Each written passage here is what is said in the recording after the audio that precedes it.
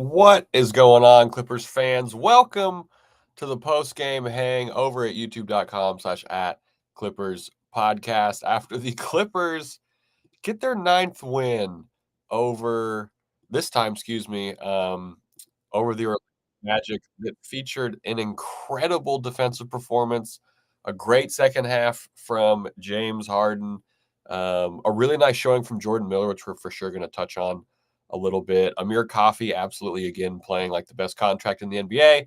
And the Magic showed that they very much are the worst three-point shooting team in the league.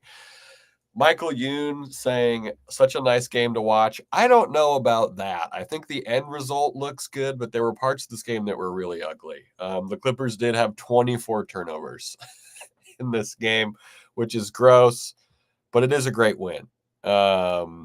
If you're listening to this, I'm gonna put this out just as audio too. You can watch us on YouTube over at Clippers Podcast.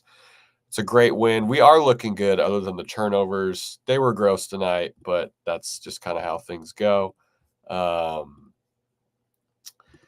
Yeah, just some really good stuff. The primary ball handler thing is still such a big issue.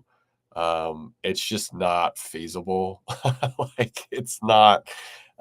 Chris Dunn brought the ball up a couple times, and it was bad. The defense was phenomenal in this one. I know the offense, they just played the second best defense in the league. They were on a 6-game win streak. The Clippers break that. They score 100 for the first time against the Magic in a fair amount of games. We're 9-7. Feels good. Feels great. Best 9-7, I think you could say, in a while for the Clippers. But we got to give a shout out to the defense. We have to give a shout out to Amir Coffey. Absolute heater tonight. The way that you overcome 24 turnovers is by playing good defense and by having guys like Amir Coffey go 6 for 10. Zoo was incredibly efficient. Not the best Zoo game, but he was very efficient. Brendan Lee saying to have 24 turnovers and still manage to end a team's 6-game win streak is unbelievable. It is unbelievable, and it's a credit to the defense. It's a credit to this team's defensive mentality. Jordan Miller came in, and he wasn't all of this, but Jordan Miller had 2 steals tonight. Jordan Miller was very, very annoying on the defensive end, which is how you get minutes for this team. So big shout out and kudos to Jordan Miller for an awesome, I would say, real debut. And I don't mean that disrespectfully, but this was real. These were real minutes against a very real defense. And Jordan Miller was comfortable getting to the rim. He got the foul call. He had boards. He looked exactly how you wanted him to look in this game. If you're part of the Jordan Miller hive, which I think every Clippers fan is. But Jordan Miller was great. But someone mentioned in the comments, the 24 turnovers or whatever and still winning. And it's a credit to things like that. Derrick Jones Jr. was great on the defensive end tonight. He was incredibly annoying. This team is very annoying to play against, and we just see it continuously happening. All that stuff we heard about in the preseason, which we'd been kind of sold before, right? Defensive identity, all this stuff. It is incredibly real this year. It is such a real thing. Shout out to Van Gundy for what he's been able to do with this team defensively. Yeah, Caleb Simpkins saying active hands on defense save us from being another clutch time game. Yeah, I mean, you can't. 24 turnovers is crazy. It's way too many turnovers. This was a crazy game. I mean, both teams got less than 80 field goal attempts up. You win. This is games that the Clippers win. It shows how thin the margins are, right? You have a game where Amir goes for 60%, Derrick Jones Jr. 60%, Zoo 73%, shot 50% as a team and 50% from 3. And they didn't eke out a win, but it's an 11-point win on a game where you make 50% of your shots. And their defense was there tonight. It was fantastic. I don't know if I agree with this statement that KPJ and Zubac game together is underrated. KPJ in this game very up and down. He shot 50%, missed his three-point attempts. But I mean, for a team that needs help on the boards, he had a handful of boards. He had 6 assists. May have punched someone in the face at one point trying to get the steal. But KPJ was solid this game. Chunk Sampson, we did say that if we were a top 4 seed, or we were a 3 seed, they could come on the show. They're on track for that. So get your webcam ready.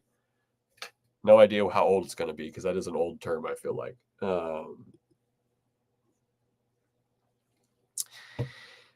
This was inevitably going to come up. Thank you for asking this right away, Bouchon. They got to give Miller Mann's minutes if Mann doesn't improve in the next 10 games. Unclear if they have to do that. Jordan Miller was good in this game. He played more than Terrence Mann in this game, so we're kind of I don't know. But if Norm comes back, I like this idea here because Ty Lue's not going to expand the rotation, right? Like Ty Lue doesn't want a bigger rotation. He wants smaller thing. He wants a smaller rotation so he knows what is happening. So it's easier to actually game plan. So maybe it is that 10 games. But he has talked very glowingly of Terrence Mann recently. We can't discredit that. If you agree or not, you can't kind of block out the fact that Ty Lue's been very complimentary of Terrence since he's come off the bench. He has had some good games, but he was bad tonight. It was up and down tonight. I'm not going to say he was bad tonight. It was up and down.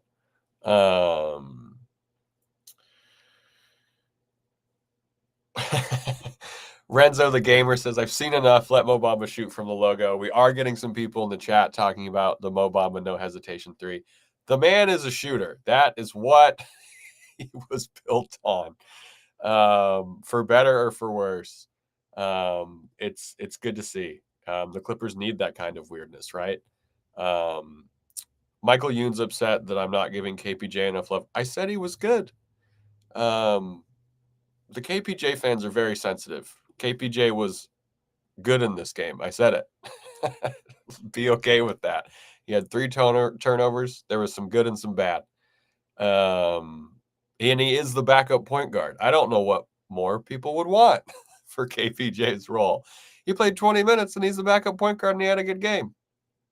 Why are you upset? Just be okay with it. The Bamba mentality. Yes, he was showboating after the 3, which you love to see. This game was it was weird. It was not pretty. The second half from Harden was great, but this game was I mean, again, 20 plus turnovers is a gross game. But that's how this team wins right now, especially without Norm Powell. For this team to put up I mean, even 104 points against this Magic team without Norm Powell, who's having a wonderful start to the season. They need every second of it. It's fantastic. I like this comment from J-Dog. Intuit is really starting to feel like home now. Yeah, Norm Powell was leading the wall, which is awesome. You absolutely love to see that. There was free Chick-fil-A. Partially in help. I'm going to give the wall the credit for that. So the free Chick-fil-A, you can never be mad at that. But no, this is the best win of the season. I know that the wins against the Warriors, they feel really good and stuff like this, but we didn't have Norm Powell in this win. Obviously, there's no Kawhi. And we were playing a team on a heater who had demoralized teams offensively leading up to this. First time they allowed 100 points and it might have been over that whole streak, I think.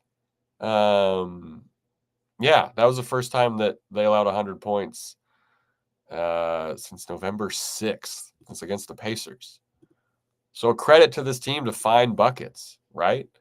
It was great to see. And also, there were some things that had to break the Clippers' way in this one, right? The Magic proved they were the worst three-point shooting team in the league, 22%. They made 8 threes. Clippers made 11. Clippers took 13 fewer threes. And that helps. We'll take it. I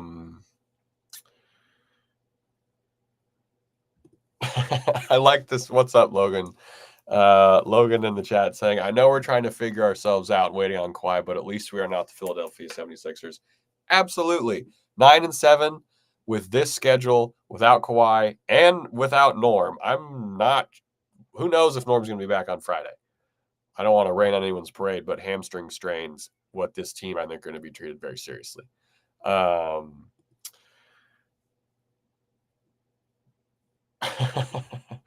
Miles Johnson, the 45 turnovers in 2 games is disgraceful. It is.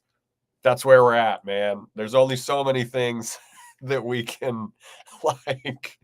There's only so many things I think we can reasonably like the turnovers thing. I'm not, obviously that needs to get cleaned up.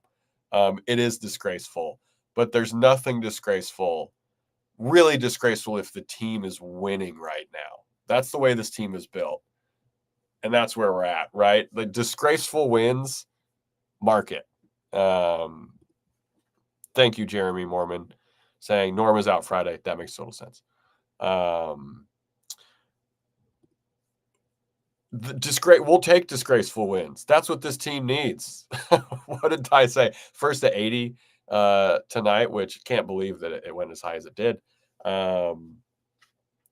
But yeah, this is a team that we thrive on disgraceful wins. We are gross win capital right here for the Clippers, and we'll take it. And tonight's win, yeah, it was gross.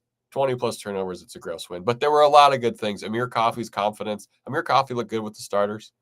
I mean, it's hard to not look good when you hit your first 3 threes. He was great. Ty Lue knew when to pull the strings in this one. Another great Ty Lue game, rotation-wise. We are absolutely going to get Jordan Miller part 2 on Friday with Norm out.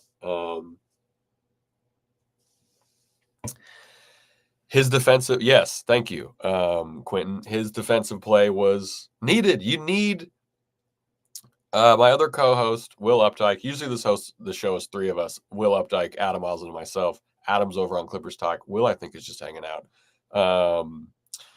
You need things like Jordan Miller to play like a guy like Jordan Miller playing his first meaningful minutes and not only getting to the line and doing the things he normally does well, driving, all that stuff, be annoying in the paint. He also gets 2 steals. And that is the kind of thing you need to get, as Miles Johnson, I think, would put it, a disgraceful win. But we will take it. We are proud of the disgraceful wins right now from this team. James Harden, good in the second quarter. Did not shoot well at all in the first quarter, in the first half of this one. Like, not even like just okay, not good.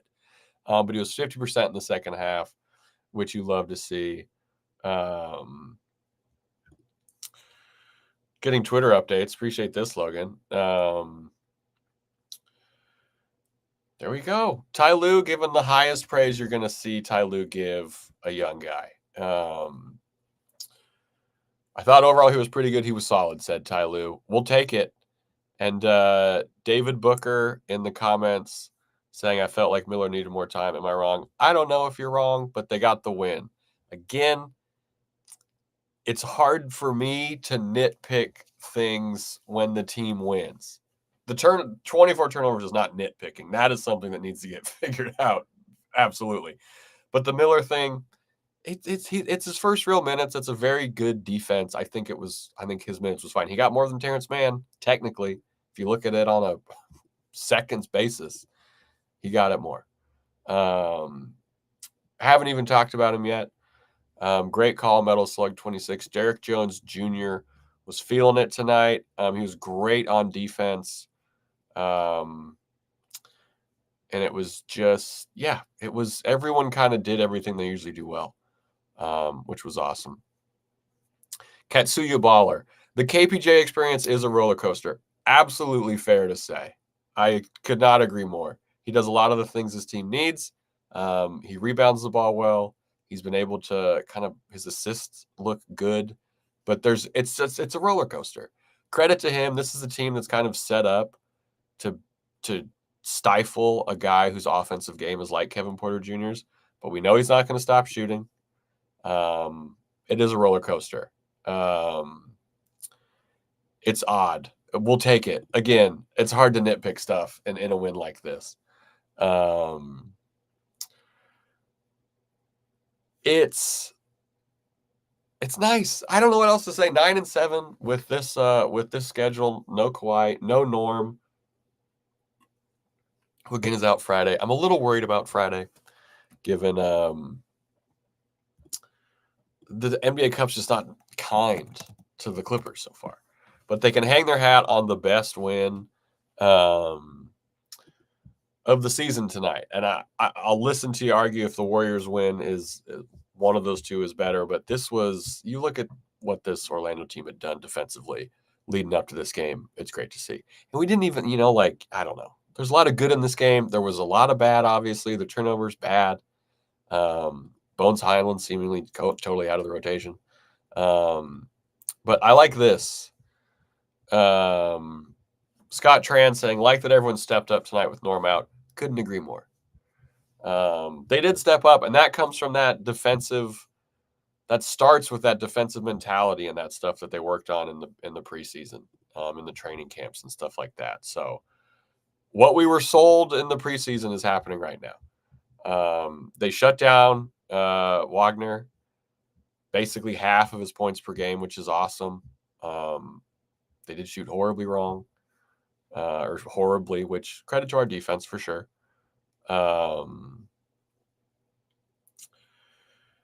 There's a lot of things to figure out, but you'll take any win that they can get them. I agree with this from Bouchon S. Hope they get all the turnovers out of the system for the Kings. I'm not sure if they did, but I hope the same thing as well. Bouchon, I could not agree more on that.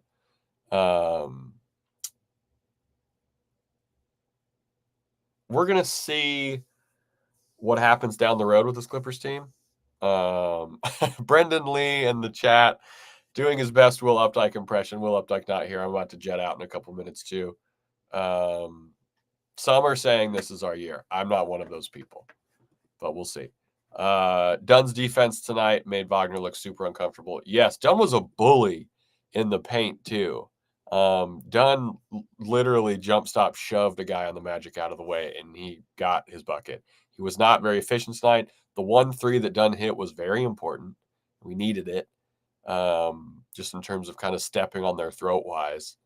But yeah, it was good stuff on both ends of mostly the defensive side of the ball, for Chris Dunn. So a lot of good stuff. Put your player of the game in the chat. We'll highlight that before I get out of here.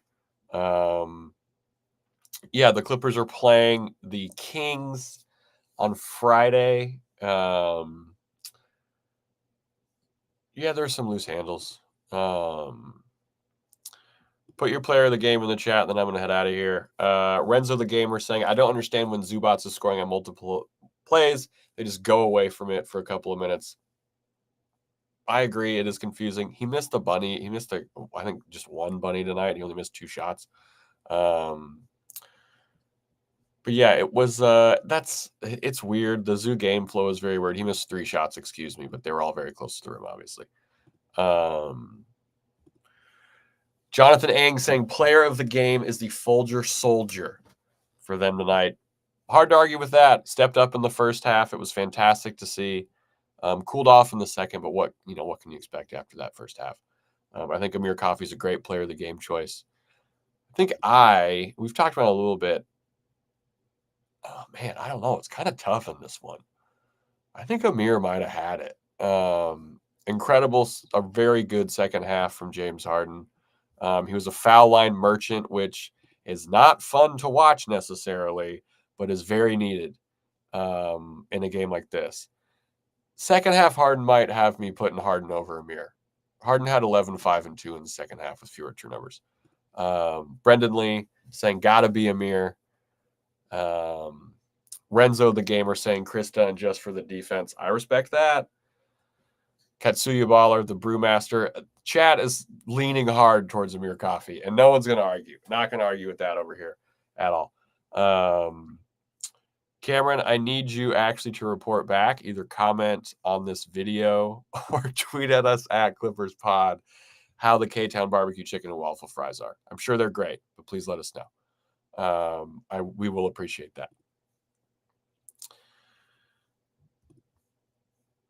Yeah, everything does go with Harden, as Chunk points out. It's hard to kind of go, but again, in a disgraceful win, anyone can really be player of the game.